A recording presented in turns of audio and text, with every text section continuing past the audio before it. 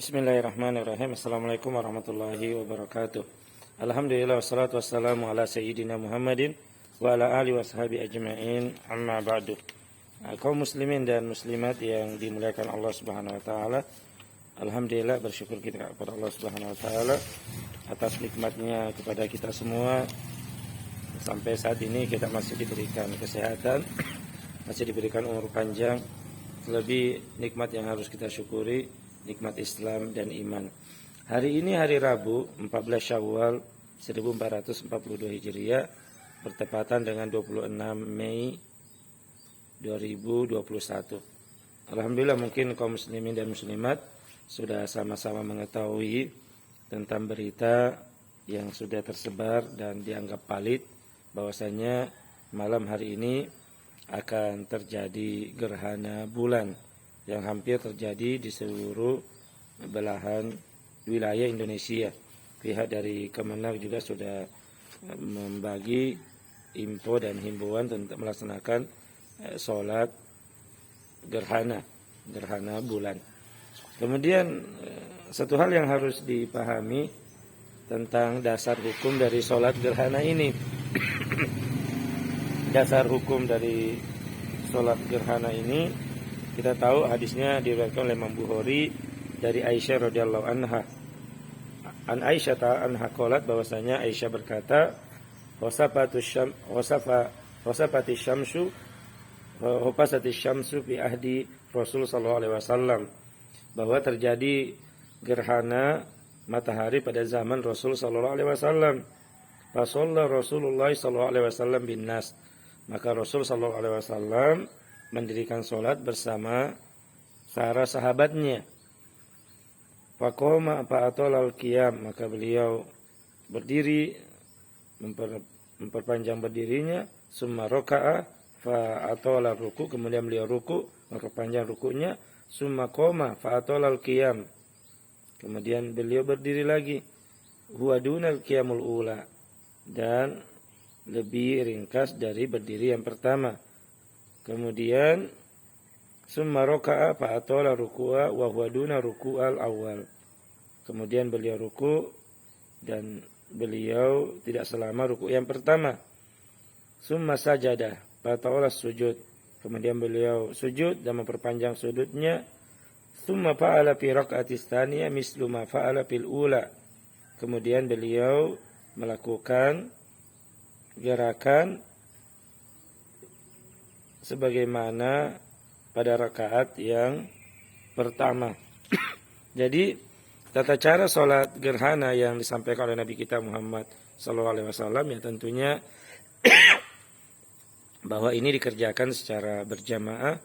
Para wanita juga boleh untuk datang berkumpul di masjid untuk melaksanakan sholat gerhana secara berjamaah. Bahkan ada pendapat yang mengatakan jika tidak mampu ke masjid, maka dia sholat gerhana di rumah. Itu ada pendapat mengatakan demikian. Kemudian tata cara sholat gerhana yang diajarkan bahwasanya imam dan makmum bahwa berdiri menghadap kiblat. Kemudian setelah itu membaca doa iftitah, berniat membaca doa iftitah, kemudian membaca surah Al-Fatihah, kemudian membaca surah. Setelah itu ruku. Setelah ruku, bangkit dari ruku, tidak langsung sujud, tetapi kembali membaca surah Al-Fatihah, kemudian membaca surah berikutnya.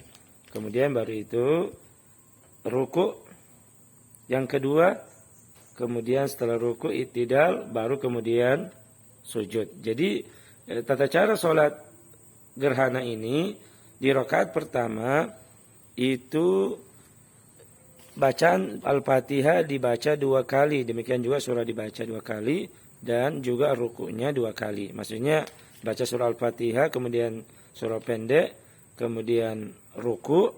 Setelah itu bangkit dari ruku, membaca surah Al-Fatihah kembali, kemudian membaca surah pendek, kemudian ruku kembali. Setelah ruku baru kemudian i'tidal, baru setelah itu sujud. Jadi dalam satu rakaat 2 kali membaca Al-Fatihah dan 2 kali ruku. Jadi sholat gerhana ini terdapat 4 ruku di dalam 2 rakaat. Itu tentang tata cara sholat gerhana. Kemudian setelah sholat disebutkan dalam hadis, summan sorofa wa qada injalatis samsu. Kemudian beliau selesai melaksanakan sholat, matahari telah tampak kembali. Kemudian fahatoban nasu, maka Nabi SAW berkhutbah kepada para sahabat. Fahamidallah, maka beliau memuji Allah, wa asna alaihi, dan mengagungkannya. Summa qala, kemudian beliau SAW berkata, inna syamsa wal qamara, bahwa sesungguhnya matahari, wal qamar, dan bulan, ayatani min ayatillah, itu adalah tanda-tanda, 2 tanda dari tanda-tanda kebesaran Allah Subhanahu wa taala. La yahsifani li mauti ahadin wala li hayatihi. Tidaklah terjadi gerhana disebabkan karena matinya seseorang atau meninggalnya seseorang. Tetapi itu merupakan tanda-tanda kebesaran Allah Subhanahu wa taala, yang mana Allah Subhanahu wa taala sebagaimana mampu untuk menjadikan bulan bercahaya, demikian juga mampu untuk menghilangkan cahaya bulan tersebut. Fa idza ra'aitum dzalika, maka di sini apabila engkau melihat hal tersebut, apakah gerhana matahari atau gerhana bulan, fada'ullaha, maka berdoalah kepada Allah Subhanahu wa taala, wa kabbiru, bertakbirlah, wa sallu, kemudian salatlah, wa tasaddaqu, kemudian bersedekahlah. Jadi dari hadis riwayat Imam Bukhari dari Aisyah radhiyallahu anha, kita bisa mengambil faedah di antara petunjuk Nabi kita Muhammad SAW ketika terjadi gerhana matahari atau gerhana bulan adalah memberitakan kita untuk banyak berdoa kepada Allah Azza wa Jalla. Kemudian yang kedua, memperbanyak takbir kita kepada Allah Azza wa Jalla. Kemudian wasallu, kemudian kita sholat gerhana, apakah sholat gerhana bulan atau gerhana matahari. Dan malam hari ini yang kita dengarkan bahwa akan terjadi gerhana bulan.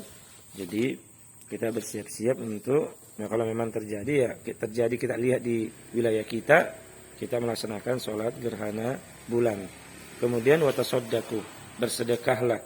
Ini dianjurkan banyak bersedekah di waktu-waktu terjadinya gerhana bulan tersebut. Ini petunjuk Nabi kita Muhammad SAW tentang hal-hal yang dilakukan ketika terjadinya gerhana. Kaum muslimin dan muslimat yang dimuliakan Allah Subhanahu wa taala, ini yang saya bisa sampaikan di dalam video ini. Semoga Allah memberikan kita kebaikan di dunia dan di akhirat, dan memudahkan kita untuk mengamalkan petunjuk-petunjuk Nabi kita Muhammad sallallahu alaihi wasallam. Saya Abu Abdullah Harmin, terima kasih atas perhatian kaum muslimin dan muslimat semuanya. Wabillahi taufiq wal hidayah. Assalamualaikum warahmatullahi wabarakatuh.